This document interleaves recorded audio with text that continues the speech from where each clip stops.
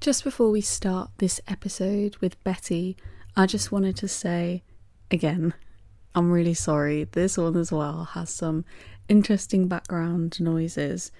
We recorded this episode on a day of rehearsals in Stanley Arts in Croydon, and I had a great time watching a bit of the rehearsal of Vache Baroque Festival, and then Betty and I found a room to do the recording in, but we just kept getting interrupted by hoovers and other weird and wonderful sounds. Almost feels like a sound bingo. You can hear a siren at one point, someone whistling at another point, big hoover moments. It hopefully doesn't take away too much from the wonderful conversation I had with Betty. Yeah, just for a bit of context, because I don't think I explained it very well in the actual interview. Betty Makharinsky is an amazing soprano, and she's also the co-founder of the Vache Baroque Festival, who just had a wonderful run of shows beginning of this month, so beginning of September. But they have lots more planned for the rest of the year and going on to the future. And it was also just great to learn more about Betty and her life as a musician and singer as well. So yeah, once again, huge apologies for the beautiful array of sounds. Also, just a quick reminder, it's brilliant if you can take a minute to subscribe to the podcast wherever you're listening to it. Also, if you're on Apple Music, if you could review, that would be insanely cool and really helpful apparently. Apparently it's a very good thing in terms of getting up listenership and stuff. So if you have a moment and have Apple Podcasts, please write us a little review. That would be really helpful. Also, we're on Patreon if you want a few more extra episodes and a bit of the behind the scenes and just want to support us monthly.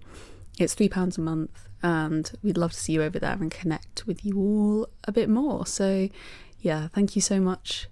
Really hope you enjoy this interview with Betty Makharinsky. Hello and welcome to Things Musicians Don't Talk About with your hosts Hattie Butterworth and me, Rebecca Toll. Within our vibrant musical world, it can often feel that the struggles and humanity of musicians is lost and restricted.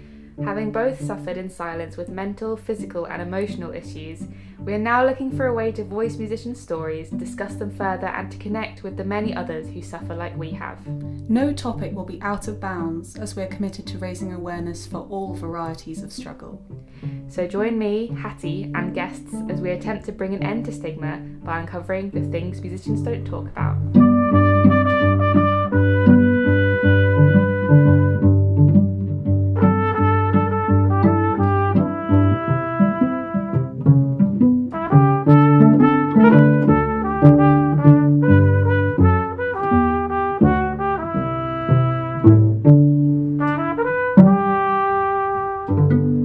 Having me. Thank you very much for coming. It's amazing to be here. It's lovely to be together in the room for this process. I'm the company manager of the Orfeo production, and I am meanwhile running lots of things behind the scenes. We went into the room together and saw a run of a section of the first act, and the dancers were also watching it with us, and it's cool to get goosebumps and to hear the singers coming together and sounding really lush. Yeah, the quality of performers in the room is really exciting. That's been something we've been very fortunate to have from day one, and it's very cool. It's a huge privilege to work with talented, highly trained singers and musicians and to see them doing their thing. So how did you kind of get together this group specifically? Was that something that you did yourself or? Combination. So this cast and group of instrumentalists and dancers came together in a variety of ways.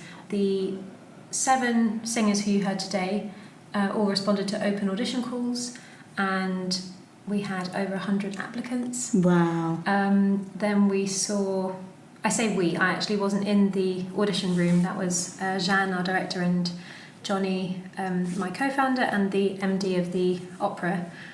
They auditioned about 25 singers for 7 roles. That was an interesting process. It's always great to see people coming in and being a little bit nervous, a little bit performative, and then if you can do something to make them relax and actually feel comfortable when they're in the skin and in the setting of an audition and actually perform how they have the potential to perform, you can see, okay, this is who they're going to be as part of the production, as opposed to, okay, you know, quick 2 minutes, did they manage to perform under huge pressure?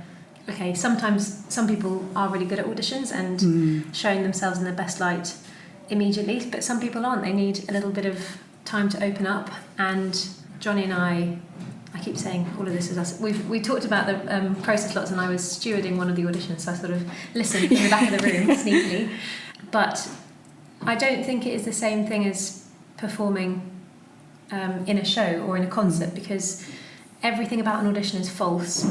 There's no vibe from the audience. You've got two people sitting in front of you writing in notebooks, and even if they try and be really friendly and encouraging, they can't create the same relaxed, inspiring live performance atmosphere. So I think credit to Johnny, he's really great at running an audition room. We've had lots of really nice feedback from singers about the fact that he tries to put people at ease. He's a singer himself, so he's been in that position, and he feels very seriously about being responsible for their well-being and enjoyment in that moment, and helping them to try and show the best of themselves. That is, I think that some of my best audition experiences have been in that kind of context as well, like playing an excerpt and then knowing it went a bit wrong, and they know it went a bit wrong, so you can do it again, and they ask you, oh, why don't you play it a bit slower, or, I just, it completely changes your experience. Absolutely, and also you come away with something rather than just having gone and performed something and thought, okay, that was either good or not so good.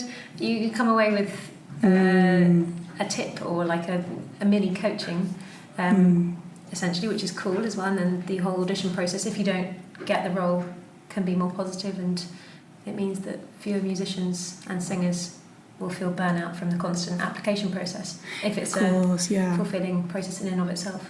It does mean that you can see fewer people, and that's tricky, rejecting people before they even get in the room. And we haven't found a solution for that yet. Maybe in the future, when we have more resources and more budget and more time, we can do multi-day auditions and see more people, because that would be cool. But it feels more important to give people more time in the room. Anyway, all of that. Yeah, no, it's really interesting. We gathered this group of singers from open calls, and really excited at the standard and the individuality of all of their voices. They've all got very beautiful voice colours. Yeah. And they're all brilliant. Very good actors as well. Actors, exactly. Really important. As part of the audition, they asked them to do some physical movement and some acting and putting on a character for one of the extracts that they were asked to prepare. And they're all really nice people, which is really important, because that's the one that you don't know until everybody gathers on day one. And obviously you're a singer yourself, and that's what all your training's in. And I'm wondering how, your own experience of auditions has been, and has that impacted in the way that you see auditions for this, or how you want to support singers for this project? For sure, that's a really nice thing to think about. I've had some great audition experiences. I think the best ones have almost been for the projects where I didn't get it, but I received an email saying, you were our second choice. Or some really nice comment that made me feel validated. Because when you get it, that's a huge celebration and you feel amazing, and then you kind of forget what the audition was like, because you think, well, I got it and obviously went well. Whereas if you didn't get it and you don't get to do the project, but somebody makes the effort to say, but we really liked you and we just chose somebody with more experience or more perfectly fitting for the role, that is still a really nice confirmation that you are singing and music making is valid, and that you deserve to be in this industry, or keep trying and keep auditioning for things. And I also really enjoy auditions where there's some movement or where there's some workshopping with the creative team. I always think that's fun. I did one audition which was an entire day of workshopping, and that was so cool. They gathered a group of about 30 people. It was essentially an R&D mixed with an audition process. That was really interesting and enjoyable. I've had some very scary auditions where you walk in and the panel are sitting far, far, far away. They don't really look at you or smile at you. And having now been not on the audition panel but on the other side, I realise, and I have learnt talking to colleagues who are on audition panels a lot, particularly directors. I have one in mind who's very verbal about trying to make auditions a more positive experience for singers. And I remember her saying, you can't control what the panel are thinking, where they've come from, what's happened in their personal lives that morning, whether they're hungry, whether they are tired. You can't control what they're bringing to the room, so don't worry about it. There's no point trying to second guess. Did he enjoy that phrase? Does he look a bit bored? Is he texting somebody? Is she getting up and leaving the room to go to the loo? Does she not want to hear me? It's much easier said than done, but it's encouraged me to try and be much more mindful about my audition process and to treat it as a performance and as a situation where I can only control what I'm doing, and the audition panel will take it or leave it. But if I am confident and bold with the choices that I make, and I can walk in there and settle my nerves such that I can actually sing how I want to sing, then it will be a positive experience whether I get it or not. And then the process of whether they make it extra good for me is then a bonus. And if they're really engaging and friendly, then you're much more likely I'm much more likely to be able to relax into it and feel good about it. And to sort of want to follow their project even if you don't get in, and want to be involved in maybe in the future or consider reapplying or whatever. Definitely. I think that's something I've also had recently with job interviews. People who have, made it so that they really look at you and listen and ask questions and really, that are really personal to you and learn properly about you, like that. That can kind of make or break how you feel if you get a rejection, which so often you will. It's just going to happen. Exactly. But obviously, you were a singer, trained as a singer, you must have a lot of singer friends. Yes.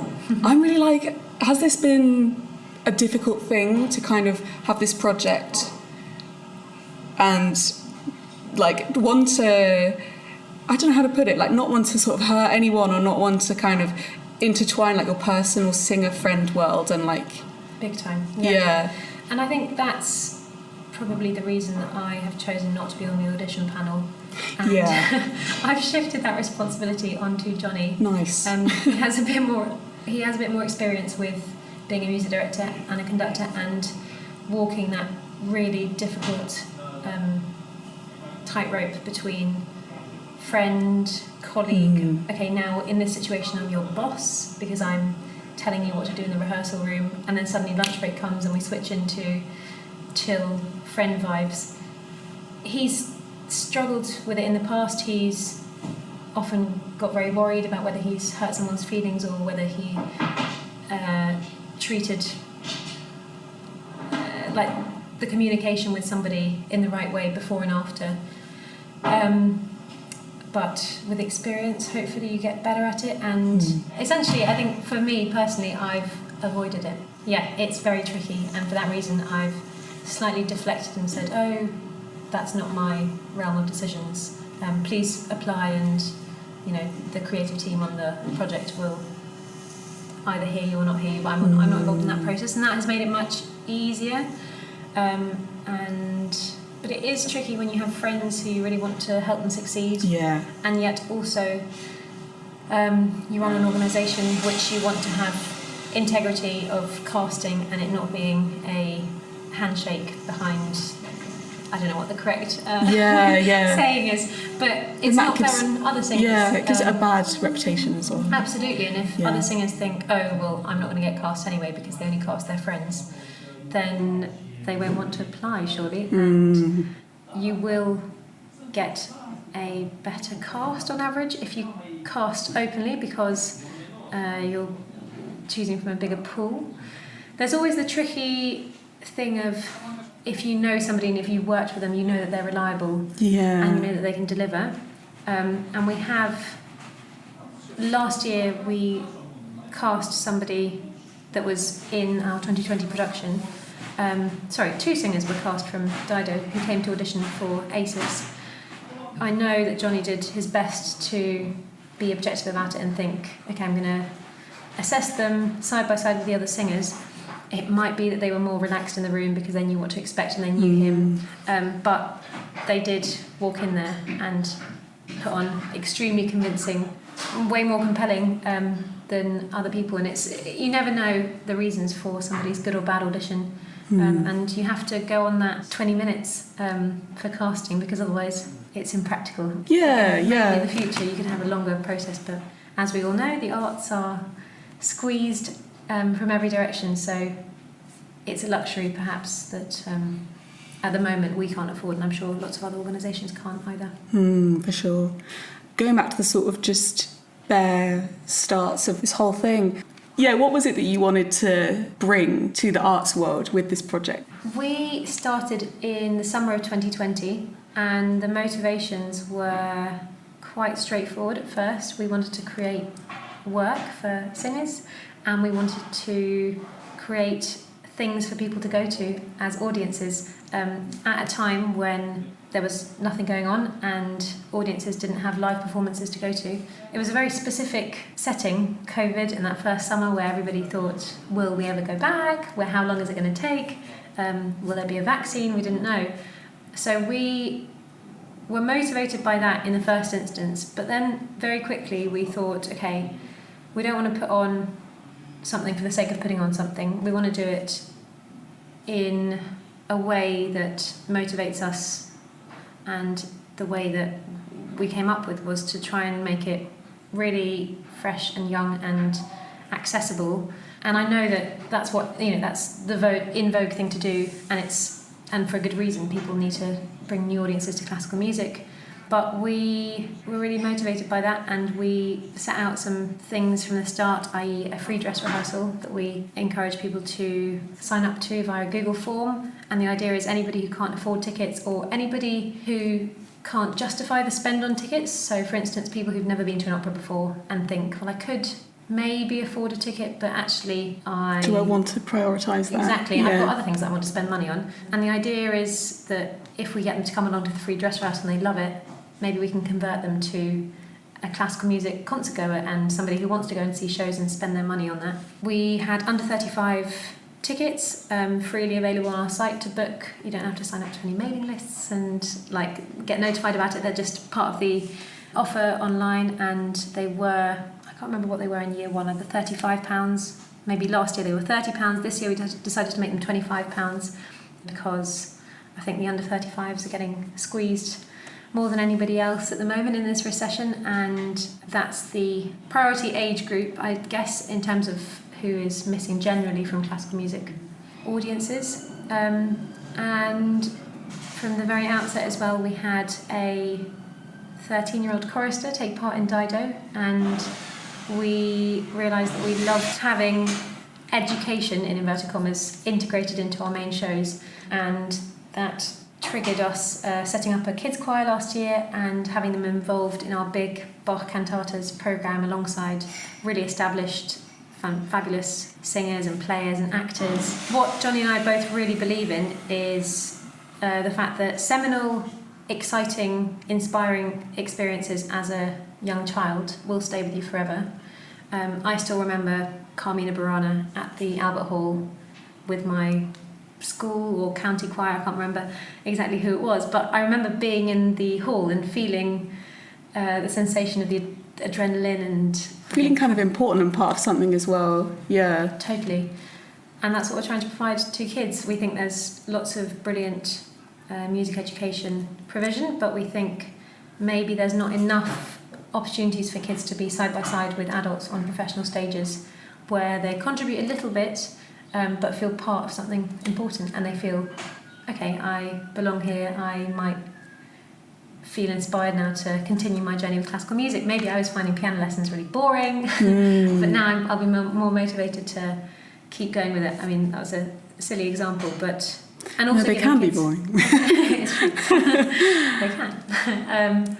And by making a kids' choir, actually, we hope that children who haven't had very much music education beyond the school classroom can take part, and year by year we're hoping we can prioritise applicants who can demonstrate need, or people who haven't had, kids who haven't had those experiences who could really benefit from them.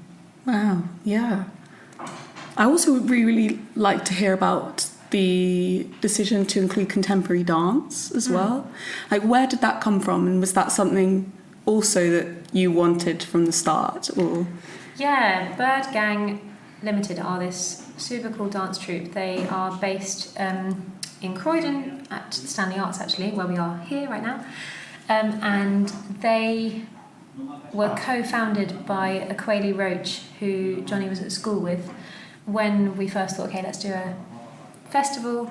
That in that first year, when we put everything together in 12 weeks, we did cast from our friends and through people that we knew, because it was impossible. We couldn't have run an open application process. Johnny got in touch with Quayle and said, do you want to collaborate? And they'd always chatted about possibly doing something together. Quayle is a really talented dancer, but also a choreographer, an actor. He's quite successful, been in a number of TV dramas. Actually, he's currently filming something quite high profile. Look him up, he's a fabulous guy. Wow. And he was up for it. He said, yeah, I'll be your choreographer. He went above and beyond, put loads of time in. Loved working with him, but sorry, to go back a bit, actually, the reason for why them and why contemporary dance, we thought it would work really well. Dido has a number of specific dances, instrumental pieces that are supposed to be danced to, and we thought, why not surprise people with the genre of dance? And it went down extremely well. People, audiences gave us really nice feedback, but a few reviewers, one of them said, I could watch an entire hour of Bird Gang's choreography. Somebody else said, the dancers lit up the stage. And they were two fantastically talented dancers. Quayle is an amazing choreographer. But there's also something wonderful about collaborating with another organisation. And Bird Gang have been running for some time. And at our inception, it was really cool to have an established thing coming in and collaborating with us. It was lovely, very flattering. And is it hard to persuade donors? I suppose you're approaching donors who maybe would have an interest in opera or in Baroque music, and then to show them this idea of having something so contemporary and so fast moving alongside it. Have you found that people are really supportive of that idea, or has it been quite hard to persuade people that it does work? And it's a great question. I think we benefited from doing it in year one. Right. And year one, we were on a super tight budget. Everybody who took part did it on relatively small fees, and we had a very small costume and set budget. So we didn't have that many donors involved at all in year one. And then we had the film material of Dido to go forward with and to pitch to people with. And I think it sold itself for us. Yeah, that's great. Bird Gang don't have one particular style of dance that they do. They have a number of dancers who have different specialties. So, for instance, some of them might be particularly into popping and locking, and some might be more into sort of more fluid, somewhere between street and contemporary. Therefore, collaborating with them isn't a foray into one type of dance. It's kind of just this world of contemporary and modern dance. Yeah, it really, well, the very, very bare bones that I saw this morning, it was just really exciting to have it side by side, and to kind of like this music, like Baroque music, and especially the Charpentier that you're doing, like it is so colourful. The way it's been choreographed, it really draws out certain things in the music by watching the movement. Like that's kind of what hit me. So I think dance can help to make this sort of music accessible for that exact reason. You can visually illustrate phrases and take people on much clearer journeys. Also, dance is just another touch point for some people who might not be into classical music, but they might have danced when they were younger, or they might love watching ballet, or they might love watching ballroom dancing. I know I have a particular friend of mine who is a really keen ballroom dancer, but she's not a very confident classical music audience goer. And I've had loads of interesting conversations with her about what she feels when she's there and what we could do to make people like her feel more comfortable and not like a imposter. And that's the key, I think, to broadening the audience demographic. Understanding what is making people feel uncomfortable or making people feel like it's not for them, and then doing something about it, and then gradually you will bring people on board.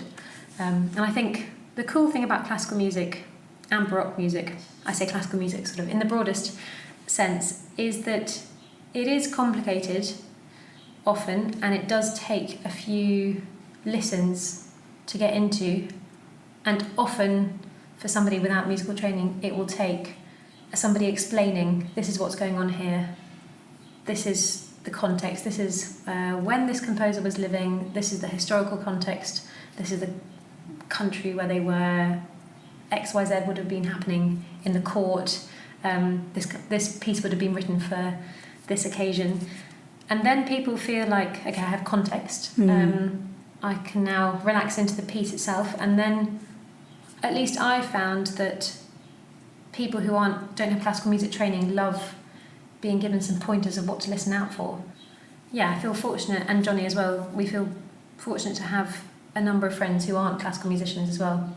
And I think they are extremely useful resources for us as producers. We talk to lots of them about this a lot, to try and figure out what we can do to appeal to them. Yeah, you're so right. It's so important to have people on the other side who can be honest with you. Like I found the same with the projects I do, and often, you know, my siblings are the best people because they're so honest.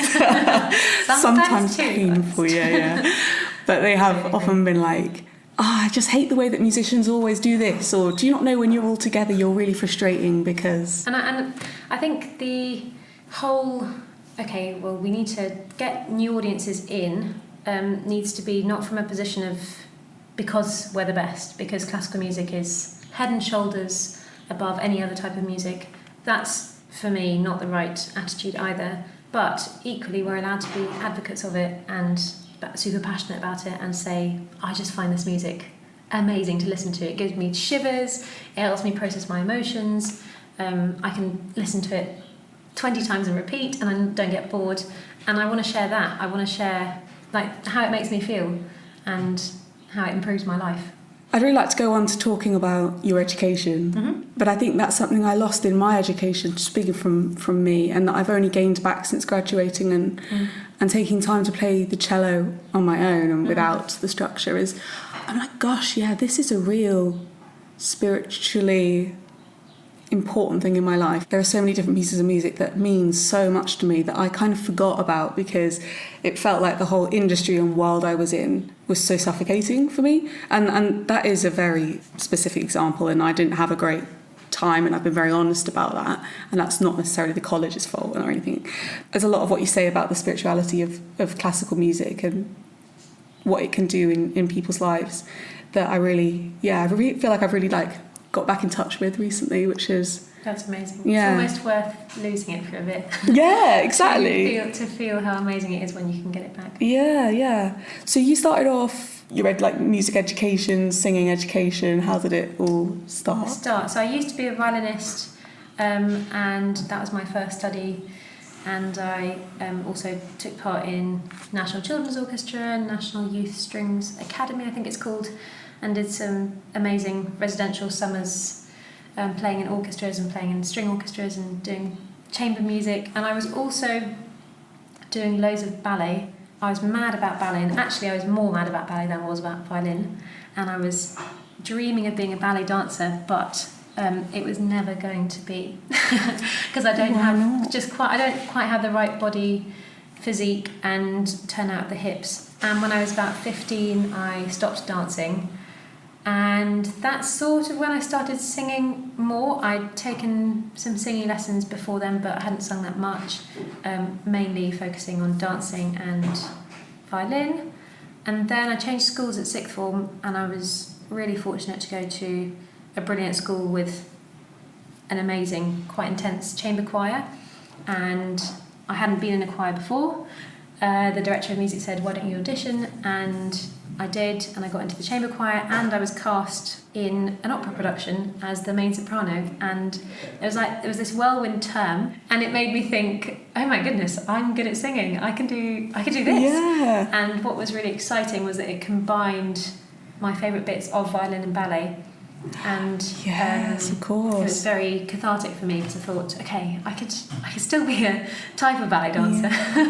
I just have to be an opera singer. Yeah, wow. Because I love moving to music, and singing feels amazing. When you start training as an opera singer, you find all these extra sensations when you're really connected with your support, and when it's just working, and there's no better feeling in the world for me. I then started training and taking lessons sort of near the end of school. Then when I started my music degree at Oxford, I combined that with singing lessons in London with a lady called Nelly Mirichoiu, wonderful Romanian opera singer and teacher, and that was a real baptism of fire. She was intense, very serious about how dedicated you have to be to vocal training to get anywhere.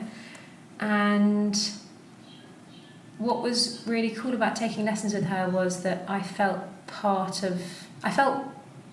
a bit in the in crowd. Maybe before I'd been to see like an opera or two, but I didn't know that much about it.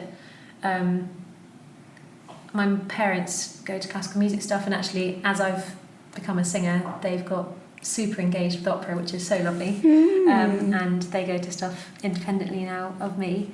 I felt when I was taking lessons with her that I was connected to somebody who'd had a really starry career singing on the stages of the Met and the Royal Opera House and La Scala, and she had all these amazing stories.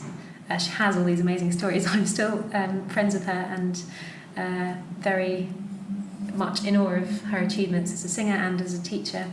I studied with her while I was at Oxford, and then I took a year out, applied to Guildhall, and went to Guildhall to do master's studies. Ended up only staying for a year for various reasons, and then sort of the rest since then has been individual lessons with various teachers, and I just felt that I wasn't quite finding what I needed technically until last year I met a teacher in Italy called Antonio Lemmo, and for the last 14 months I've been going to his house between Rome and Naples and staying with him, taking daily singing lessons, and that has been totally transformative for my technique but also my confidence. Now I'm in a headspace that I want to make room in my life for doing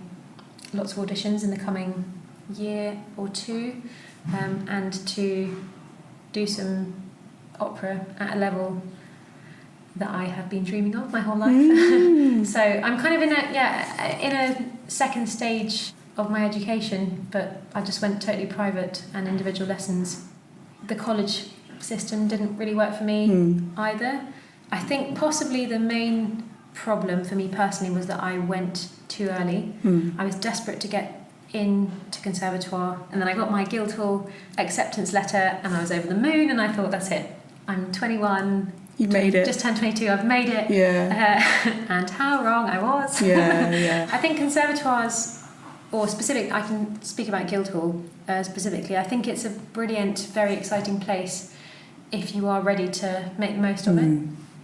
If you are not in a headspace or technically ready, then it can be not productive at best and damaging at worst. I don't know what needs to happen more. I guess people like me and like you need to talk about it more. But on the other hand, I do feel like people were telling me that at the time and I just wasn't hearing them.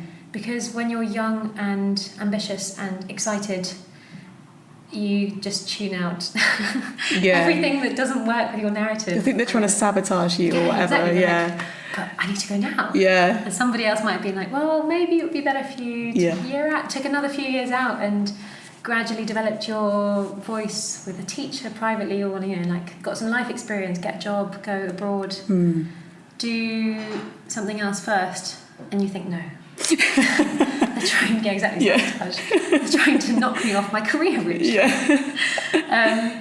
And it's tricky because some people it works for, and that's awesome. That's all they want to do, and I think I was one of those people. It was all I wanted to do, and I wanted to do it as soon as possible, but it wasn't right for my voice. And I don't know whether right now it's because I've met this teacher. I don't think it's just that. I think it's a combination of the teachers I've been to over the last 10 years, and also where I am in my life, in my head, where my voice is. I think it's a voice that needed more time to mature, and previously I was super frustrated that things weren't working, and I think probably teachers who I was working with were frustrated that they sort of saw potential but it wasn't converting somehow. And I say all of this preemptively because I still don't know what will happen with my career, but I feel much more confident that I have a good chance now, and I'm also totally realistic about it, that if it doesn't happen, at least I've given it a really good shot. And I've already done some really cool projects that I'm really proud of, and maybe I'll just rethink and go in a different direction if the mainstream opera thing doesn't work out. But at the moment I'm feeling very motivated and inspired to chase it. Wow, yeah. Do you feel like your confidence was sort of compromised after college? Yeah. Okay. Definitely. I felt like the techniques vocally that I was attempting were just not working for my voice, and I thought, well, I'm just obviously not a good enough singer. And at the same time there were some wonderful people from all parts of my life trying to reassure me that I still had things to give to this career. I mean, you really need cheerleaders for 100%, sure. 100%, because also you are the CEO of your mini company. You're the captain of your ship. Sorry, these are all metaphors I use with 10-year-olds. I love them. It's very empowering to feel that you are in charge of your life and what you do. Part of this mentoring is trying to encourage kids to take responsibility for their own education, to feel responsibility for it, and to feel excited by that. And adults need reminding sometimes too. It's easy to slip into a mode of being where you think your life's happening to you and you're stuck, and you just have to carry on an XYZ trajectory because that's how it's been, and you put money into it or time into it or whatever. Totally. Without sounding too hippie, life's short and you are in charge of your own life, and if you are able to make the changes that you want to make, do it, because why not? Yeah, when you're speaking to me, it's really highlighting why maybe some of my teacher-student, me being student relationships were so difficult and so toxic for my development as an artist. And it's given me a lot of faith listening to you say that you've now found a mentor that you're getting such brilliant results from and such excitement from. Because I feel I still haven't had that yet, probably. Definitely that, but also I'm in a headspace now where I wasn't expecting him to sort all my problems out. And I think that's what I was expecting when I was 21 or 18. I was coming to a singing teacher and saying, teach me everything and be in charge of my voice. And it can't work that way. And it is really difficult when you're a teenager and you're vulnerable and you don't have experience yet. I mean, it just takes time to build up life experience to feel confident, to have ownership over your own life like that. I think there are some teachers who exploit that slightly and who don't encourage teenagers and early 20s students to feel empowered and feel really responsible for their development. They do the school teacher spoon feeding thing. Exactly. Yeah. That's what I was looking for. Thank you. It's all good because I've had it, and it was really hard. And I've even had interviews with really top musicians who've said. Actually, the one that's come to my mind is Laura van der Heyden, the cellist, who said she didn't feel she was good enough at age sort of 17 to play her own concerts without her teacher having heard it first. Or her, goodness. You know, I think we have all had that kind of like, they need to tell me, they need to give me the validation that this is ready to be performed. Definitely. And I do think it's important, particularly as a singer actually, because you can sing some things that will damage your voice. And it is important to have guidance when you're starting out about what's healthy and what's sensible to be doing and what's like strategically the right decision, i.e. hold on to singing that repertoire for another 10 years and in 10 years time you'll bosh it, whereas if you do it now your voice will be... You ruin your confidence as well. Yes, absolutely.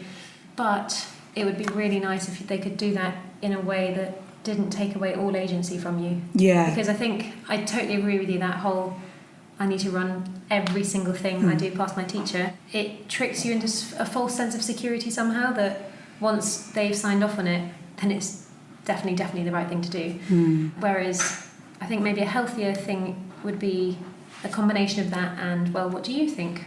Let's spend more time maybe discussing why this could be right or could not be the right opportunity for you right now. Maybe it's unrealistic, but it would be nice, because maybe that would kick more young musicians and singers into a mindset of feeling like they are in charge of their own career. Yeah. You know, I mean, maybe this is very much my own experience of feeling very, not good enough at college, but it's difficult to feel that autonomy when your teacher is sort of the god in your life. The tricky thing for singers is often the balance of choral and solo singing. Right. I don't know if you know much about this, but no, not at all. They require quite different techniques, and lots of conservatoire teachers will shudder at the idea of you going and doing a Sunday church job or being part of a choir. Wow. Where, especially as a soprano, where you might be asked to sing straight tone, and it's for good reason, because again, while your voice is forming and while your technique is solidifying, trying to blend your voice can be quite, not damaging, but regressive. And sometimes it can be damaging as well, of course, but I think in most situations it just means that you don't move on as quickly with your solo technique. Really? Where it's all about freedom and trying to get as much ring as possible and being really connected, whereas in a choir, also just logistically what's happening, somebody is conducting you and you're trying to come in at the same time as, let's say, 15 other singers. That body language is very tense, like you will have to breathe at exactly the right moment and then start your onset at perfect time, whereas when you're training your solo voice, it's all about trying to breathe super freely and then getting a really clean onset, or depending on the type of phrase you want to sing, but getting an onset that is relaxed and then releasing and trying to remove tension from your throat as much as possible. And sometimes, often, choral singing is not conducive to that. Wow. Until you're in a point with your technique where you're so confident that you can manipulate your voice to achieve the vocal effect that you need without damaging or without regressing somehow on your journey. So stressful. It's stressful, and it's God. So I say all of that to sort of point out that the pressure from teachers can sometimes come from a good place. Yeah. And I wonder what the equivalent is with sort of a cello teacher saying, or making you feel that you're not ready.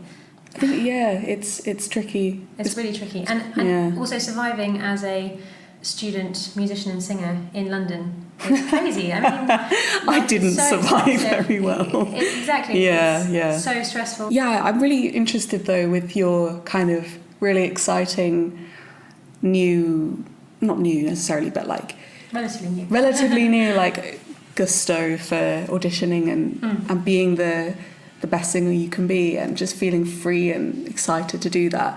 How is that in the future, in your future mind, like how does that feel alongside the Vache project? Great question. Is that quite a stressful like idea of combining the two and like trying to have the two side by side? Yeah, it's tricky.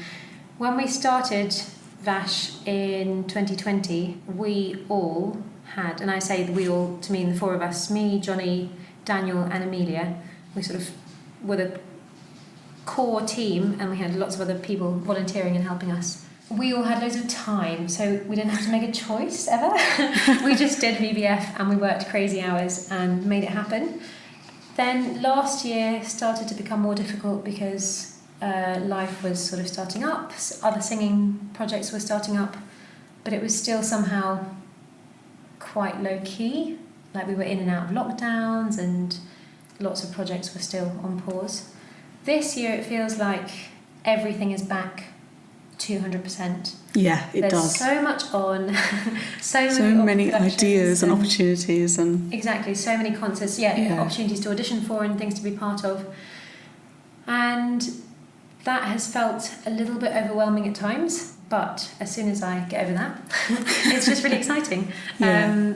And we are in a cool place as an organisation and charity in sort of year 3 of existence and year 2 of being a charity, that we've now built up loads of structures that were really difficult and time consuming to do, but we now have a board of 8 trustees and we have a bigger team. We have trustee meetings in person in a boardroom. That was amazing and very scary the first time it happened, but it really made it feel like a real thing. And the dream is to bring more and more people on board VBF that can start taking over some of the management roles that Johnny and I have been covering. For that, obviously, we have to fundraise, which is difficult, especially in this climate. But this History of Sound project that we have started in the last few months and that we've just submitted a big Arts Council bid for. Oh, well done. And hopefully, it's a huge piece of work. Huge, yeah. That will hopefully be the focus of VBF first half of next year, if it's all funded and if it's all in schools, and we've already got all those school partners lined up. The idea is that we do hands-on workshops after the show, and kids will be able to experiment with household objects, carve their own pipes out of carrots, which is really fun. We've done lots of YouTube tutorial carrot drilling to experiment. It's probably nice to have another focus in a way. I think we can get really screwy about if we just have one big time. thing. Oh my goodness, yeah. I think it's really helped me not to have to attach all of my self-worth to my singing career. Mm-hmm. And when we do a VBF project that I feel really proud of and it goes well, and that is so much more in my control than my singing career is, I feel so much more confident and balanced going in, putting myself out there for singing stuff, because then if I don't get it, I don't think, oh my goodness, I'm a terrible person. Exactly. Yeah. I think, oh, okay, this part of me is not working out to plan right now, but it's much easier to stay motivated because I've got VBF helping me feel like I'm achieving stuff. I think that's probably important for all musicians and singers to have another project, and it doesn't need to be big. It can be and do you know what, actually my teaching and tutoring work, I've really changed my opinion on that, because it used to be something that I thought I had to do just to earn money, but I didn't really put very much thought into how I was as a tutor. Was I a good tutor? Do I enjoy it? I just sort of, again, I wasn't doing it very mindfully, I wasn't trying to enjoy it. Whereas maybe it's thanks to this organisation Opperden. They provided loads of training for their mentors, and they provided loads of materials, and I just feel like a much better qualified tutor now. That's brilliant. And I feel like I can actually, again, feel proud about it rather than it just be a thing that I do and don't really care about. And I think, teaching is that for lots of musicians, and I think the more you can do it in a full-hearted way, you have a day a week in a school, okay, not to sound preachy at all, but I just think doing things in a way that you really take ownership of it and try and do it really well while you're doing it will help your confidence in your singing career or your playing career. Generally, I just feel more and more that it's important to do everything that you do in your life full-heartedly, whether that be your other project, whether that be doing exercise or socialising. Like, just try and do it in a full-hearted, present way, and it will help everything else. Yeah, you're less inclined to kind of, I suppose, be hugely affected by one rejection or one Big negative setbacks thing that happens in your life. Yeah, Totally. I think that is a really wise and like important thing to remember, I think.